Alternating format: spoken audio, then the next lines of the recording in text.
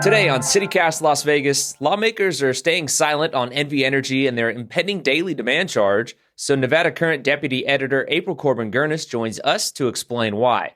Then Spotlight Poetry founder Elle Hope dives into the latest on our illegally appointed U.S. attorney.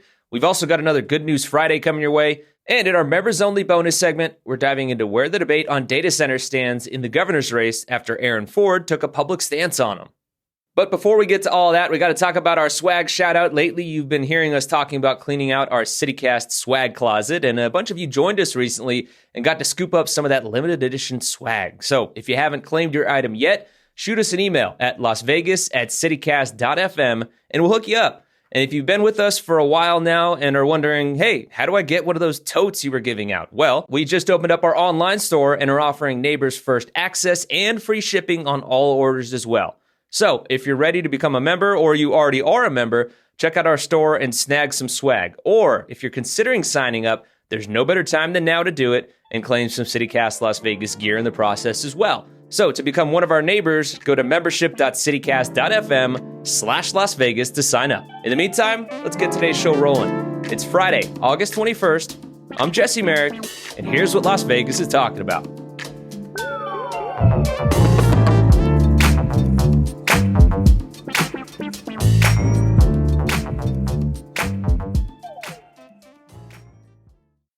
All right, Elle, April, let's dive into today's show, and we're starting off hot with some NV Energy talk here. April, help us explain what's going on. Yes. All right, so quick recap. NV Energy on January 1st, they will start assessing a demand charge that is based on a customer's highest 15-minute period of energy consumption each day. This is an unprecedented rate structure. And it has garnered a lot of public outcry for, nobody else is doing this, right? Like, that's nobody's the thing. doing it. Yeah. We're the guinea pig for this among investor-owned utilities. And it's got a lot of, because frankly, it's confusing. And advocates say that it sort of burdens people who don't have the luxury of spreading out their energy use throughout the day. So with that background, plus, we're just known for being guinea pigs here in Vegas too. Isn't that fun? We love this. We love it. We love it. Yeah. Of course, in 108-degree heat, all face, right? No. Yeah. So the Nevada legislature really hasn't had an opportunity to weigh in on the demand charge because the meat and potatoes part of the discussion, which went through the approval of the Public Utilities Commission, happened after the last legislative session ended. So that brings us to this week, where Democratic Assemblymember Howard Watts asked an interim legislative committee to back a bill that would ban the daily demand charge. Now, to be clear, the vote that he asked for would not have changed anything immediately. It wouldn't have gone away. It was simply a yes to the drafting of a bill that would go on to the full legislature next year when it meets. So it would still have to go through the whole bill process, right? So guess what happened when Assemblymember Watts asked for the motion to draft this bill? None of the other 7 members sitting on the committee, that's 4 Democrats, 3 Republicans, would make the motion to approve the drafting of such a bill. None of the lawmakers spoke during the meeting publicly to explain their position and their inaction, despite the fact that they had sat there for roughly an hour listening to public comment from people who were overwhelmingly in support of banning the daily demand charge. So I approached most of the committee members after the meeting to ask them, and I was largely brushed off. This is an issue that they did not want to talk about.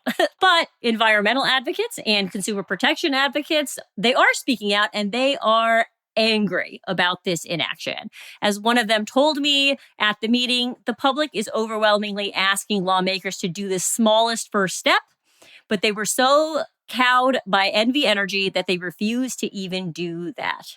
And I think most of the frustrations, and you kind of alluded to it, is that this was just the step to kind of keep the conversation going, right? And really get some discourse on this? Correct. Howard Watts told me after the meeting that he knows that it would still have to go through the process and all of that, but that making that stand now would have sent a statement. It would have been a statement of support with consumers who have aired their frustrations about this. And it would have sort of signaled to NV Energy that, hey, we have some concerns about whether or not this is good public policy. So saying that you don't want to have that conversation is saying something, right? And I think that's what people are very frustrated about.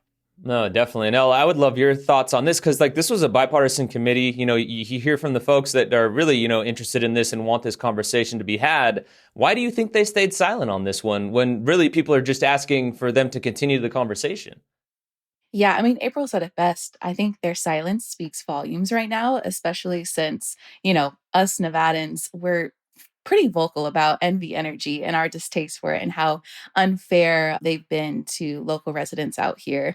And it's really upsetting because I just feel like penalizing your residents is just another form to collect easy money. And it's so easy to do that with Las Vegas specifically because we have these intense spikes of usage that we Big time. accumulate every summer, whether it's running the AC, which I think we all are really guilty of cranking it down. I would hope so. Because if you're not cranking your AC, what the hell are you doing right now?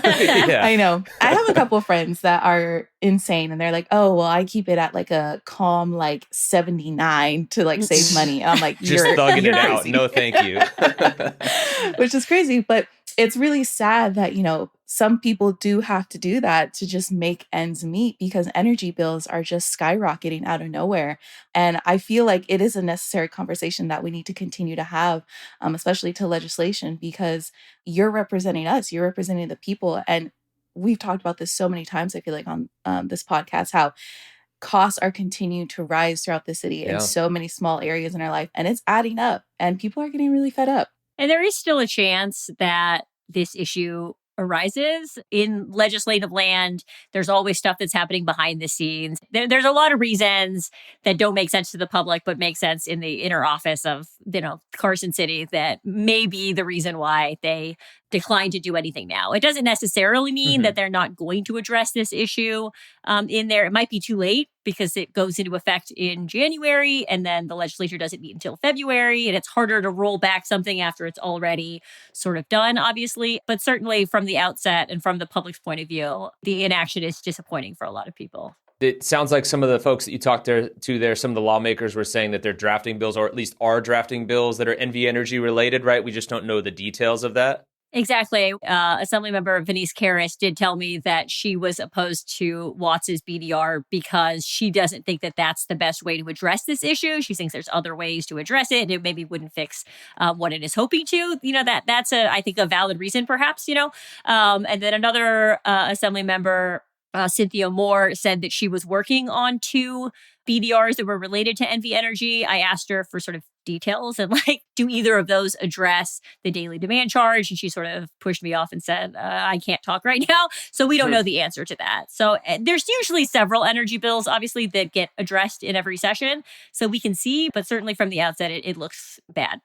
Yeah, so I guess wait and see mode. Hopefully it doesn't get too much worse. But it is all interesting, as this is going on, when we're talking about the daily demand charge and everything like that, getting rolling in a bit here. NV Energy also just filed to lower rates too, which is wait. So what's going on here? So Elle, to your point, the public backlash obviously is being factored into this. How much do we think that response of them talking about lowering rates is listening to the public in a sense? I think you have to appeal your customers to a certain, extent. But in that same breath, I think Nevada Energy is very intentional that they're going to go where the money flows. And I think it's a smart business move by trying to distract everyone. Oh, don't pay attention to that. We have this nice thing over here. Look at Look this. at the shiny object here. Yeah. We're so pro, our people. We love you guys. I honestly think it's just nothing more than another gimmick to distract us and try to make us feel like they're looking out for us in some capacity. But the truth is, it's not looking great. Yeah. And I think just the timeliness of data centers and the energy conversation and our energy future probably heightens some of this.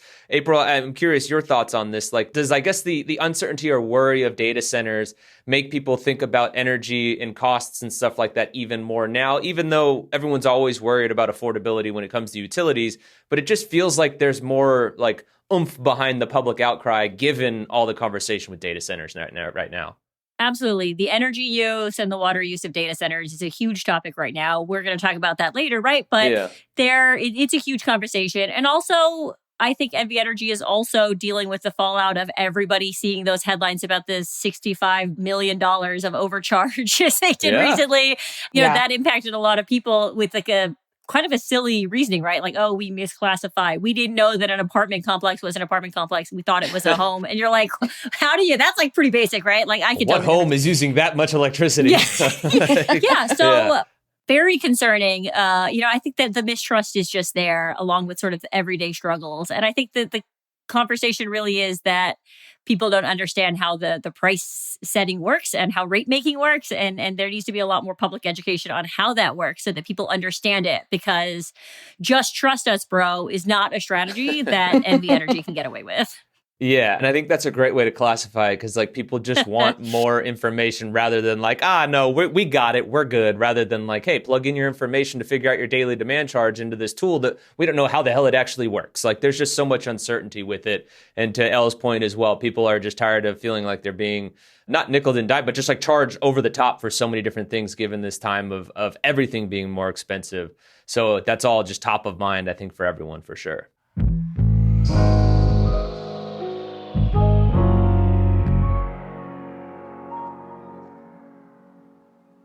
The following is a paid political advertisement paid for by the committee to elect Alex Quagg.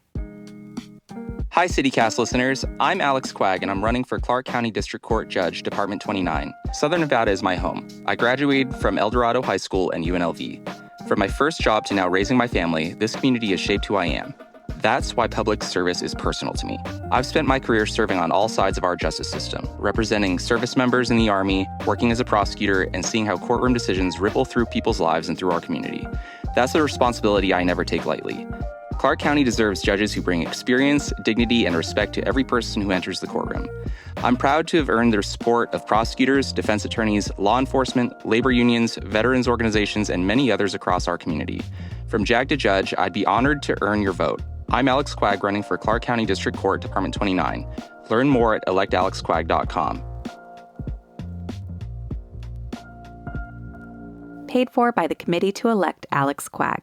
CityCast does not endorse candidates for office. Coming home from a hospital stay or surgery is supposed to feel like relief, but the first few weeks alone can be scary. A little extra help at home can make all the difference in a smooth recovery. That's where Touching Hearts at Home comes in. Touching Hearts at Home is a locally owned home care agency right here in the Las Vegas Valley. For them, care is both a promise and a practice, with caregivers who are trained, background checked, and thoughtfully matched to each family. Caregivers help with daily things like bathing, meals, light housekeeping, transportation, and companionship. Touching Hearts at Home offers flexible scheduling from a few hours a week to full-time support serving seniors, people living with medical conditions or disabilities, those in transition from hospital to home, and anyone over the age of 18 who can benefit from the help of a professional caregiver. Give them a call at 702-514-0908. That's 702-514-0908, or visit their website at touchinghearts.com/Henderson to set up a free consultation, and they'll walk you through what support could look like for your family. Mention CityCast for 15% off your first month of service.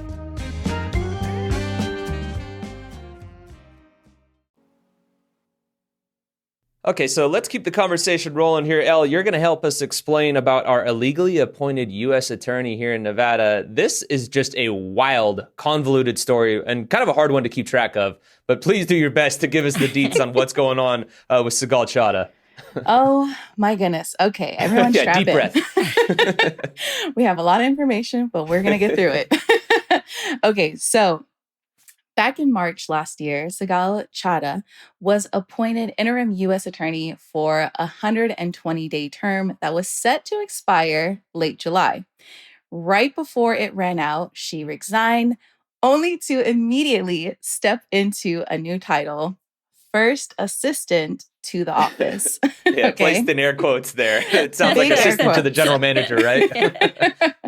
All right. So the administration argued that move let her automatically become, here comes some more air quotes, acting U.S. attorney for another 210 days under a provision of the Vacancies Reform Act. So I wonder if they essentially, put all these on like a plaque in front of her desk. Very How many long of these are they cycling through? Very long one, yeah. Yeah. yeah, it just extends farther and farther and farther like Best Boss. Yeah. Yeah.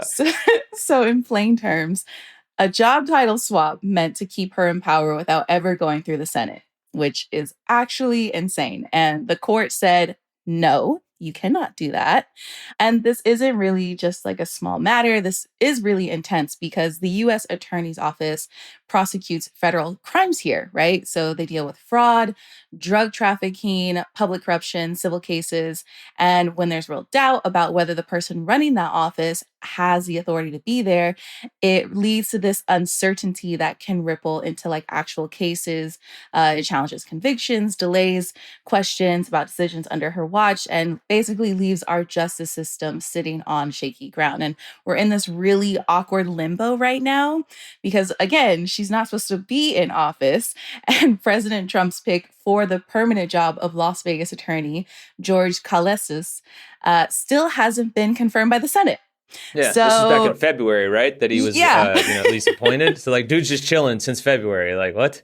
yeah. So Nevada currently right now has no Senate confirmed U.S. attorney, which is crazy. And the person filling that role has now twice been told by the courts that she is doing this illegally. So, if someone is doing something illegally and continues to do it, very, very odd. So my question here, April, is like, in terms of like rebounding from this whole saga, like how long do we think it'll take the state to be able to rebound it and get back to like a sense of normalcy?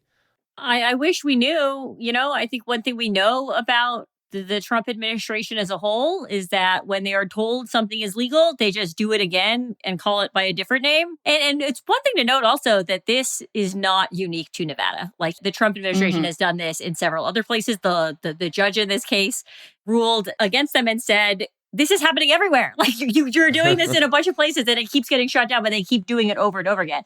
So as much as I wish to say that there is something that could come in and say, hey, we need to fix this, there's not that sort of built-in mechanism because this is sort of unprecedented behavior and entirely unprofessional.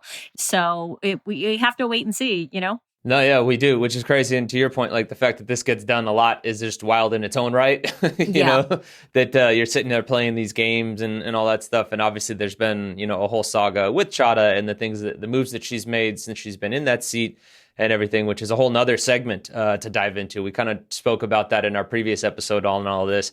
But let's say this goes all the way to the Supreme Court. How do we think that they'll rule on this whole matter? Because so far we've seen folks say, hey, no, this isn't right. This is illegal. What do we think comes next there is if it moves all the way to the Supreme Court? I mean, I could see it going there. The issue I feel, though, is this is like another short story under the Trump administration of checks and balances, and everything is just corrupted at this point. So I feel like this would be a conversation the Supreme Court is really going to have to look themselves in the eyes and ask them, are we openly going to say you can have corrupted officials in office, especially when it comes to the judicial system, because this is, their branch of the family tree under the government. No, I agree. You've got to hope, I guess, that the Supreme Court, they understand the role of these jobs and the positions that lead to these jobs and how it's a feeder to all of the whole system. Like they take their job seriously, whether or not you agree with some of their decisions or not. They do understand the legal system and the judicial branch. And you would think that they would understand the importance of upholding their own branch. But you never know. No, yeah. And all of this too, like I kind of like jokingly alluded to with like Kalesis, like the fact that he's just chilling since February. I'm like, man, keep fighting the good fight, man. Like, I don't like, is he like, what's his day-to-day look like? I just wonder, with that, like, it's a brutal spot to be in. And, hopefully it all gets resolved soon in a way that works out for everybody.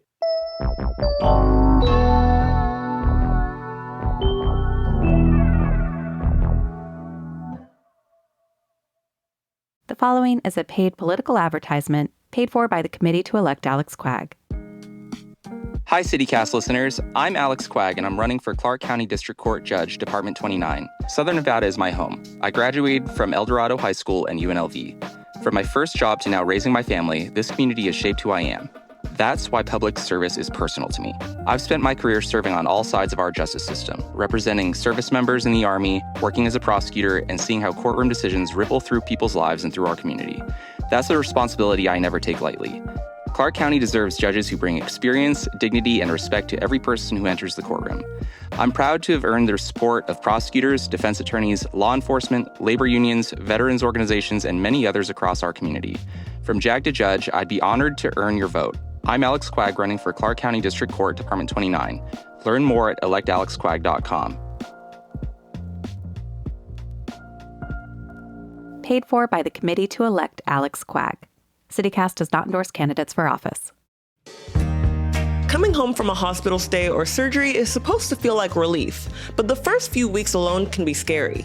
A little extra help at home can make all the difference in a smooth recovery. That's where Touching Hearts at Home comes in. Touching Hearts at Home is a locally owned home care agency right here in the Las Vegas Valley. For them, care is both a promise and a practice, with caregivers who are trained, background checked, and thoughtfully matched to each family. Caregivers help with daily things like bathing, meals, light housekeeping, transportation, and companionship. Touching Hearts at Home offers flexible scheduling from a few hours a week to full-time support serving seniors, people living with medical conditions or disabilities, those in transition from hospital to home, and anyone over the age of 18 who can benefit from the help of a professional caregiver. Give them a call at 702-514-0908. That's 702-514-0908, or visit their website at touchinghearts.com/Henderson to set up a free consultation, and they'll walk you through what support could look like for your family. Mention CityCast for 15% off your first month of service.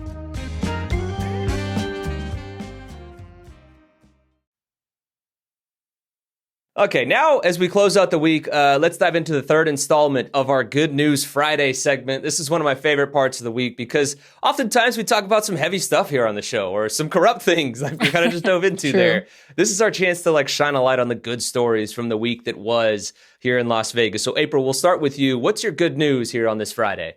Yeah, so Melinda here at CityCast Las Vegas has written about this. She's written about how Mahjong is having a bit of a moment in Las Vegas. In our Keep It Local newsletter, Yes, in her Keep It Local newsletter, she's written about how there are beginner lessons and social hours that are popping up all around the city, including at the Space downtown and at our wonderful libraries. I have been itching to try it myself, and I found another place this week that is offering beginner lessons. It's at the Gathering Place, which is a cool natural light photo studio / community event space in the northwest side of town. You can look them up on Instagram. They are doing beginner lessons, and you get to play and eat snacks at the same time and sort of meet people. I am so excited to try it, and I'm glad that this is becoming a thing and blowing up.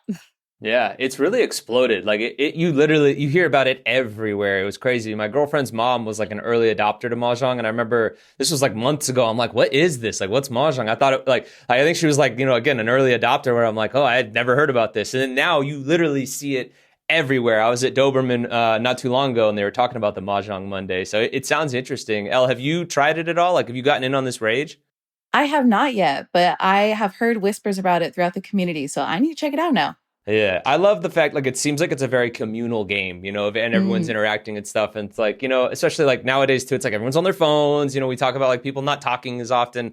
These games that bring people together are so cool for me. So I think that's a great one there. Also too, highlights the good work that Melinda's doing over there with the Keep It Local newsletter, which has been a lot of fun, highlighting local businesses and where to shop here in Vegas. I'm so stoked that we added that kind of to our arsenal of things that we do here at CityCast Las Vegas. Elle, what do you have? What's your Good News Friday? What are you rocking with this week? Yeah, so I have some good news coming from the literary arts world. Okay, nice. The Nevada Poet Laureate, Sean Griffin, has been reappointed by Governor Lombardo to continue his literary initiative throughout the state. This is really exciting because for those who don't know, the Nevada State Poet Laureate typically only gets 2 years for a term. And it's really hard to complete projects within 2 years because honestly, the first year is just getting funding, volunteers, and then the second year you're trying to execute it. So it's exciting that he is getting extension to his term. He's doing some great work within the prison system. He's trying to get some educational resources in there, as well as working more with local communities and helping make poetry more accessible in our school system. So This is really just exciting. This is, I feel like, a step forward for poetry here in Nevada. The next step, I feel like, would be, sourcing more funding for the Nevada Poet Laureate, because I feel like, especially now during these times when erasure is such a huge thing with books and conversations that we have online for literary art spaces. So this is really exciting. I feel like this is a step forward for all of us in Nevada. And Sean, if you're listening, congratulations. I cannot wait to see what you do. No, I think that's cool. Yeah. Like we recently, speaking about conversations about books, on a recent episode, talked about Amazon, destroying books to feed AI for AI learning and things like that. So it's like anything that keeps, literature, poetry, that whole realm just moving in the right direction is great. I didn't realize that, in a 2-year term, how little you can get done. So it's cool that it's extended here to kind of buy more time to do more good stuff in that area. I think that's sweet. For me, with my Good News Friday, I'm kind of cheating a little because it's like talking about our good news here at CityCast, because we actually just did a neighbors event on Tuesday evening over at the Hard Rock Cafe. We did a trivia night. And the reason I want this to be my Good News Friday is just because it was my first time to interact with a lot of our listeners. And I'm not trying to blow smoke, at anybody or anything like that. It was just really cool to be able to interact with everybody. I jumped on in April. I missed our first one. We did a mixer, a mixology course over at Ferguson's, and I wasn't able to go to that. And so this was my first chance to kind of pop around and meet people, talk about the things they like about the show, the things they don't like about the show. We got some trivia in, which I suck at. Are you guys trivia people? I'm not a big trivia guy. I'm horrible at it. Depends. I do all right. Depends on the topic. I surprised myself. The group that I was in, we did much better than I thought we were going to do, which is a positive, because I was going in thinking oh, man, people are going to hate me because I don't know a damn thing about some of these trivia things. But Jason did a good job. He didn't tip any answers to me or anything like that. Jason Harris, and he did a great job hosting it. And also, too, again, shout out to Hard Rock Cafe. That space that they had us in was super cool. It's a bummer that it's so hot that we couldn't use the patio to go out there. But again, I had so much fun chatting with all of our listeners, and just get a chance to interact with everybody. And I know we want to start doing more of those members-only events in the future here, as we close out the year, kind of head towards the end of the year. So I'm just excited to interact with more people, and it's really hard nowadays, too, to get people to show up for in-person things. And I was just so stoked and impressed with how many people actually showed up, especially going down to the Strip, which as locals, we don't necessarily love doing, right? It's not like we're hell yeah, let's go to the Strip, So we managed to put on a really cool event that was a lot of fun for everyone involved. So that's my Good News Friday. It's just that it was really cool interacting with everybody, and I cannot wait to do it again and get something a little more interactive next time too, and get a chance to talk to even more people and learn more about our listeners for sure. Oh, I love that. So who won trivia though? Was it? It was a group called Jared's Golf. Shout out to them. I went over and talked to them all, and they were being very modest. I have to say this. They we walk over there and they're like, we're doing all right. And they smoked it. They won by 1 point, but I don't believe it was that close after that. I could be wrong on that, but they won and were killing it. And I'm talking to them, and they're probably listening right now. Talking to them, I was like, yeah, they're probably gonna be middle of the road. And then all of a sudden I hear Jared's Golf winning. I'm like, what? I'm you guys totally deceived me. You guys were just killing it out there. So shout out to Jared's Golf and the crew over there. They were super cool. Blanking on the guy's name who I spoke with, but he said he listens to us every morning while he's working out, which was a conversation our CityCast team had recently. The fact that people listen to us while they're working out, what about you guys? Do you listen to podcasts when you're working out? I need music to get me going when I'm working out. I need something with more juice. Not that we don't have juice here on the show, but... different kind of energy. I need angry music. I'm mad. I don't want to be there. I could never. I love the. I don't listen to it during working out. Yeah. I just picture April listening to death metal while she's working out.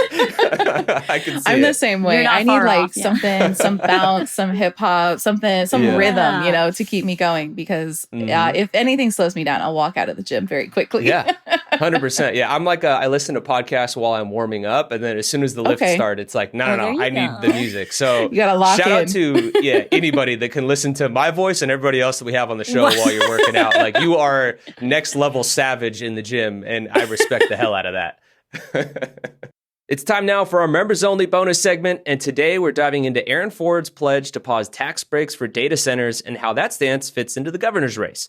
But you're only going to hear this bonus segment if you're one of our CityCast Las Vegas neighbors. So, if you want access to this fourth topic, all of our weekly bonus segments, and all the other great perks that come along with being one of our CityCast Las Vegas neighbors, then head to membership.citycast.fm/Las Vegas to sign up. To make it even easier for you, you can find that link in the description of today's episode. In the meantime, guys, that's all we got for you today. Thank you both so much for joining us. Yeah, thanks for having me. Thank you so much, guys.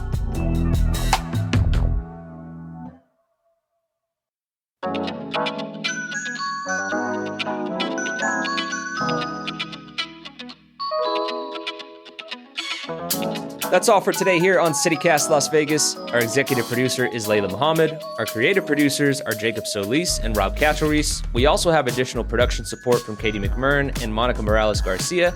And I'm your host, Jesse Merrick. Music is by OG Moose. Our ad music is by Sven Lindvall and Sarah from the Epidemic Sounds via Getty Images. We record this show on the traditional homelands of the Nuuvi, the Southern Paiute people. If you enjoyed the show, why not tell a friend? Rate the show, leave us a review, and subscribe to our free morning newsletter as well. And don't forget, you can support this show and get great perks by becoming a CityCast Las Vegas neighbor at membership.citycast.fm/Las Vegas. We'll be back on Monday morning with more news from around the city. Until then, though, have a great weekend and take care.